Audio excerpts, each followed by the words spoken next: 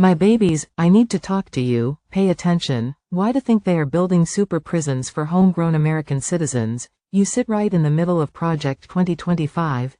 Since January 20, 2025, the implementation of Project 2025, a strategic roadmap crafted by right-wing think tanks and supported by the Trump administration, has initiated a sweeping overhaul of federal government operations.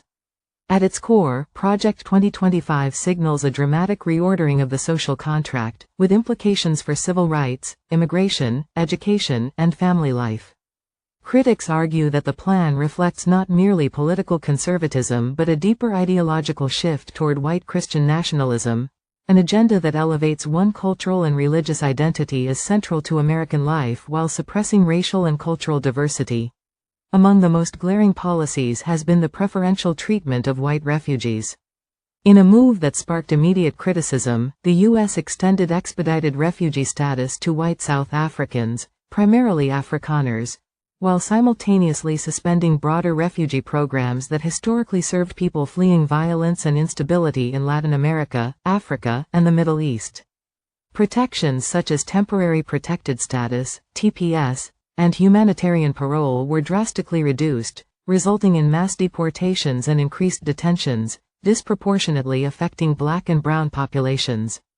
Critics argue this unequal treatment reflects a racially motivated prioritization of white immigrants, consistent with the ideology of white Christian nationalism, a belief that America's identity is rooted in whiteness and Christianity, and that demographic shifts away from that identity represent a threat.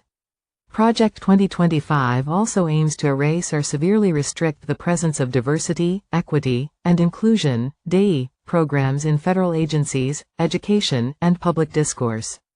Offices responsible for racial equity have been eliminated, and references to systemic racism have been removed from training and policy documents.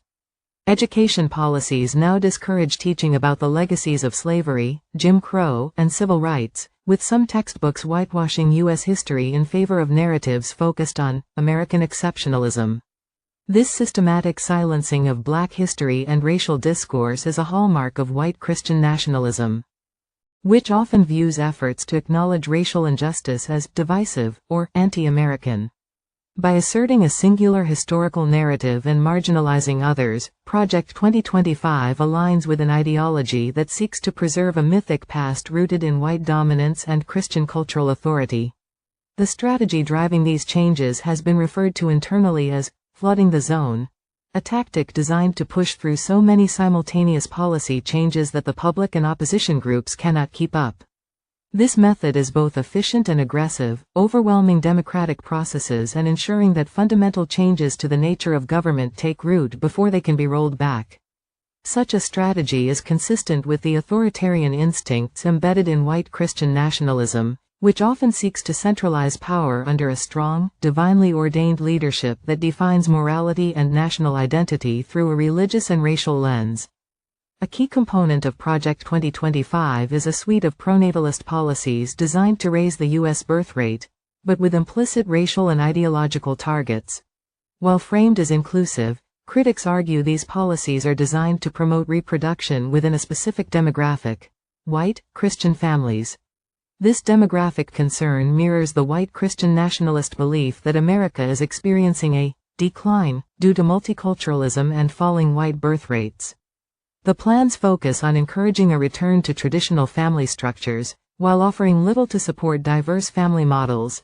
Project 2025 is a political worldview that seeks to unify American identity with whiteness, conservative Christianity, and bears its marks across every policy domain.